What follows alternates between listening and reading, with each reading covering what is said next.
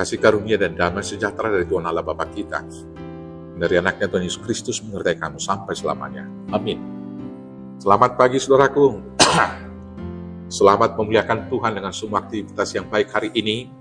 Dipandu firman Tuhan dari Kisah Para Rasul 26 ayat 22, demikian firman Tuhan. Tetapi oleh pertolongan Allah aku dapat hidup sampai sekarang dan memberi kesaksian kepada orang-orang kecil dan orang-orang besar. Dan apa yang kuberitakan itu tidak lain daripada yang sebelumnya telah diberitakan oleh para nabi dan juga oleh Musa. Demikianlah firman Tuhan. Bapak Ibu Saudaraku yang terkasih dalam Yesus Kristus, dalam kehidupan seseorang bisa mengalami titik balik. Itu perubahan drastis dalam cara berpikir, orientasi hidup, dan perubahan tingkah laku. Rasul Paulus juga mengalami titik balik di dalam kehidupannya. Dalam perikop bacaan ini, dia menceritakan kepada Raja Agripa pengalamannya bertemu secara pribadi dengan Tuhan. Dia menuturkan pengalaman perjumpaannya dengan Yesus dalam rupa cahaya. Perjumpaan dengan Tuhan membuat dia berubah dan bertobat. Dia yang dulunya adalah seorang yang begitu bersemangat, mengejar, menangkap, memenjarakan, menyiksa, bahkan membunuh para pengikut Yesus. Kemudian menjadi seorang yang sangat bersemangat untuk menyaksikan Yesus Kristus. Sejak perjumpaannya tersebut, Paulus melakukan tugas panggilan dengan setia, walau harus menghadapi berbagai penderitaan. Dan dia tidak takut dihukum mati, karena percaya hidupnya di tangan Tuhan. Karena itulah dia berkata, tetapi oleh pertolongan Allah, aku dapat hidup sampai sekarang dan memberi kesaksian kepada orang-orang kecil dan orang-orang besar. Dan apa yang kuberitakan itu tidak lain daripada yang sebelumnya telah diberitahukan oleh para nabi dan juga oleh Musa. Perjumpaan Paulus dengan Yesus menjadi titik krusial dalam perjalanan hidup Paulus yang mengubah pikiran dan tindakannya.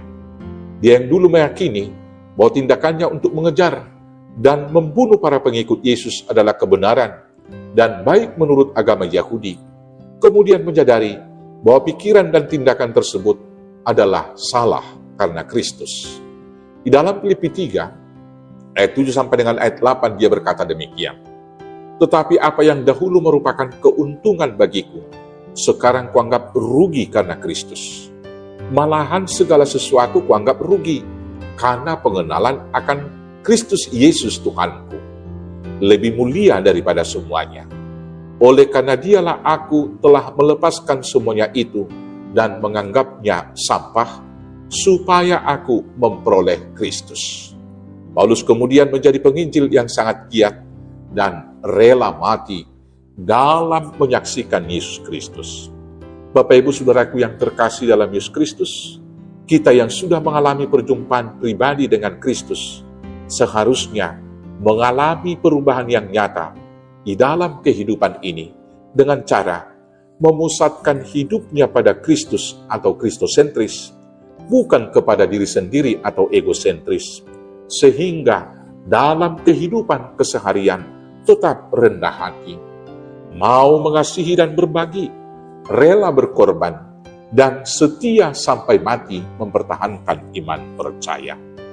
Apabila tidak ada perubahan dalam hidupmu, mungkin kamu belum mengalami perjumpaan secara pribadi dengan Yesus. Mungkin saja Yesus masih sebatas konsep dalam pikiran kita. Mungkin saja peribadahan yang kita lakukan selama ini hanya sebatas seremoni belaka, sehingga tidak membawa perubahan apa-apa di dalam kehidupan pribadi kita. Dalam hal ini, kita hanya bisa memohon belas kasihan Allah, supaya Dia mengujikan kita mengalami perjumpaan secara pribadi dengan Yesus. Kemudian kita dapat berkata seperti Paulus yang berkata demikian, tetapi oleh pertolongan Allah, aku dapat hidup sampai sekarang dan memberi kesaksian kepada orang-orang kecil dan orang-orang besar. Selamat mengalami perjumpaan secara pribadi dengan Yesus. Selamat bersaksi di dalam kehidupan. Amin, kita bersatu dalam doa. Terima kasih Bapa yang baik.